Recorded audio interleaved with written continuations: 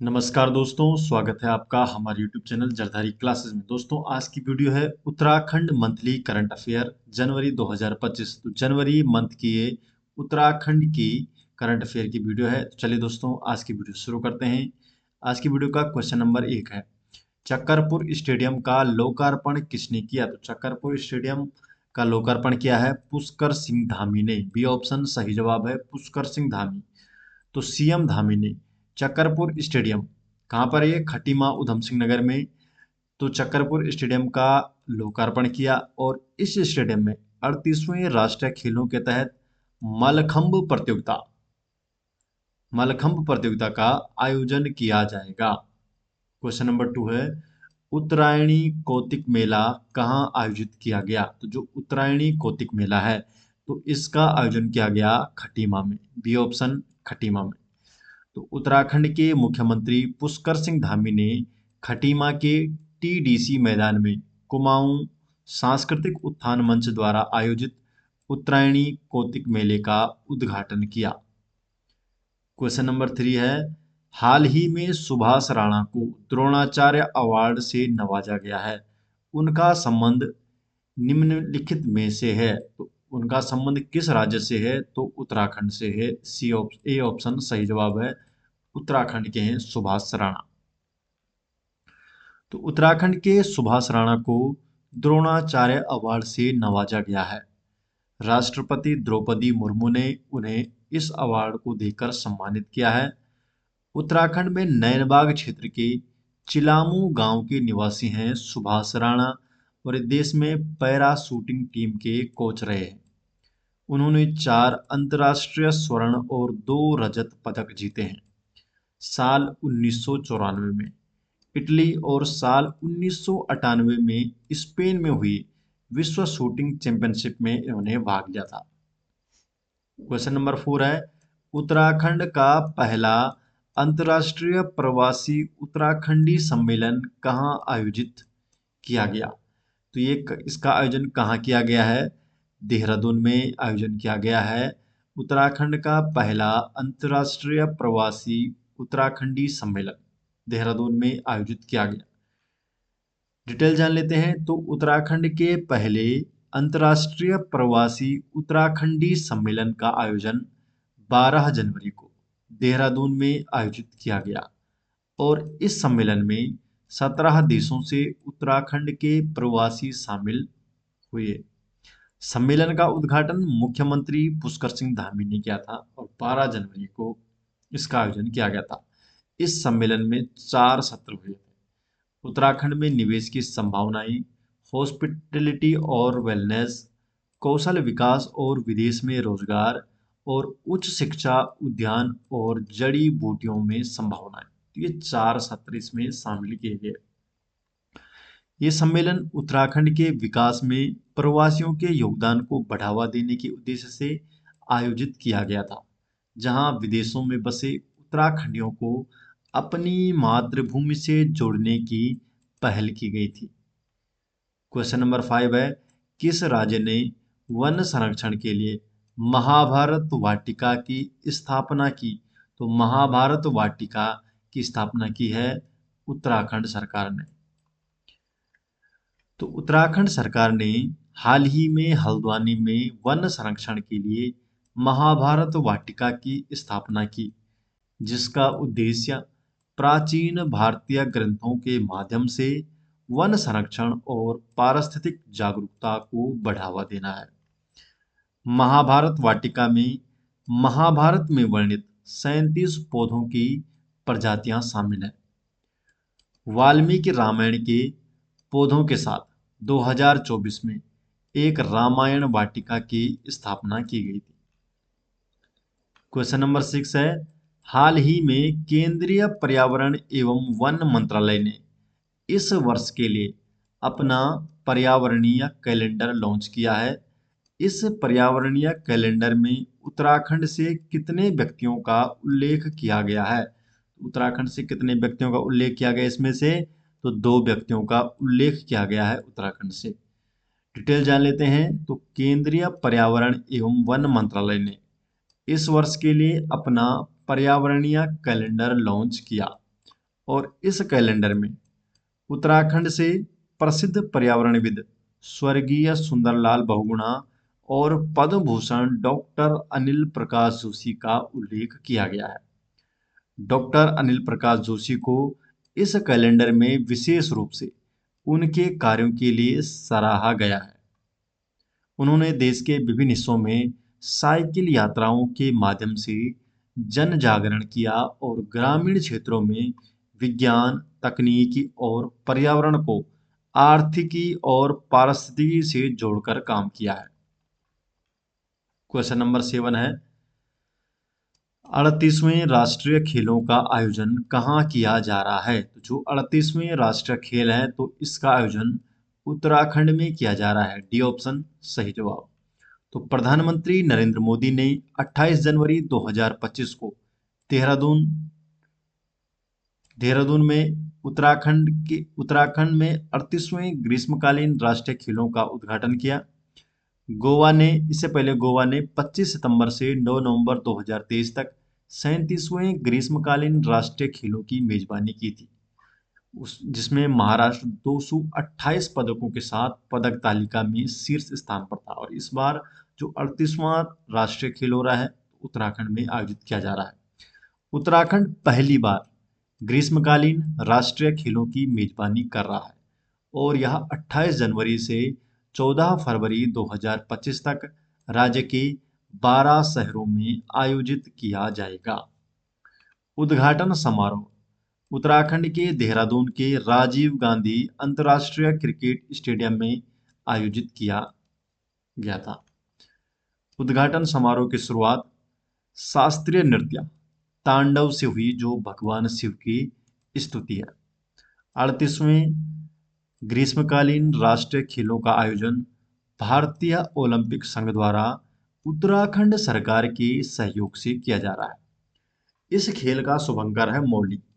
मौली एक मोनाल पक्षी है जो उत्तराखंड और हिमाचल प्रदेश का राज्य पक्षी भी है और मोनाल पक्षी हिमालय का मूल निवासी है। खेल आयोजन कुल खेल इसमें 32 खेल और 4 प्रदर्शन खेल खेले जाएंगे, जिसमें 4 प्रदर्शन खेल है मलखंब, कलारी पैटू, राफ्टिंग और योगासन। इसमें मेजबान शहर है 12 शहरों में ये 38वें राष्ट्रीय खेलों का आयोजन किया जाएगा।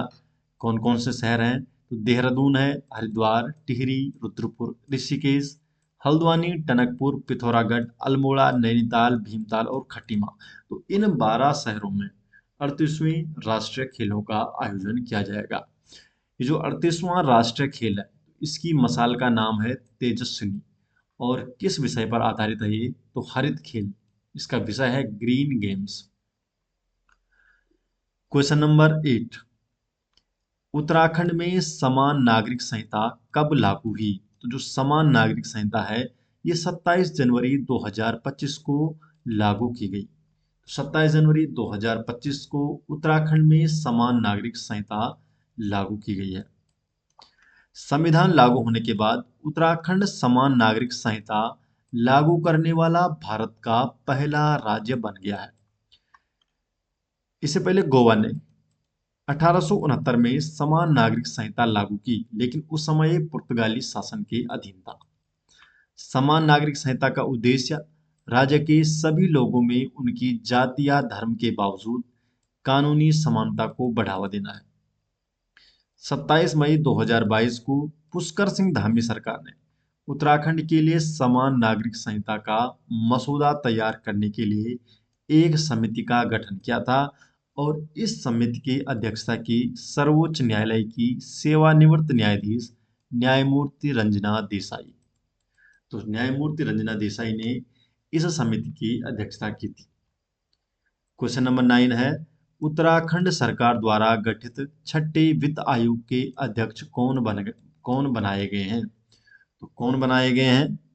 एन रविशंकर। तो उत्तराखंड सरकार ने छठे वित्त आयोग का गठन किया और पूर्व मुख्य सचिव एन रविशंकर को इस आयोग का अध्यक्ष बनाया गया है। क्वेश्चन नंबर 10 है, गणतंत्र दिवस परेड 2025 में उत्तराखंड की झांकी किस विषय पर आधारित थी? उत्तराखंड की झांकी कौन से विषय पर आधारित थी? तो ऑप्शन नंबर ए सही जवाब है, सांस्कृतिक विरासत एवं साहसिक खेल। ए ऑप्शन सही जवाब, सांस्कृतिक विरासत एवं साहसिक खेल पर आधारित थी उत्तराखंड की झांकी। तो गणतंत्र दिवस के अवसर पर विभिन्न राज्यों की झांकियों में उत्तराखंड की सांस्कृतिक विरासत एवं साहसिक खेल झांकी को पीपुल्स चॉइस अवार्ड श्रेणी, लोकप्रिय पसंद श्रेणी में तृतीय स्थान प्राप्त हुआ। प्रथम स्थान हुआ गुजरात, जिसकी झांकी का विषय था स्वर्णिम भारत विरासत और विकास। दूसरा स्थान हुआ उत्तर प्रदेश, और झांकी का विषय था महाकुंभ 2025 स्वर्णिम भारत विरासत और विकास। तीसरा स्थान उत्तराखंड का। उत्तराखंड की झांकी का नाम है सांस्कृतिक विरासत और साहसिक खेल। राज्य गठन के बाद गणतंत्र दिवस समारोह में अब तक उत्तराखंड को 3 पुरस्कार मिल चुके हैं।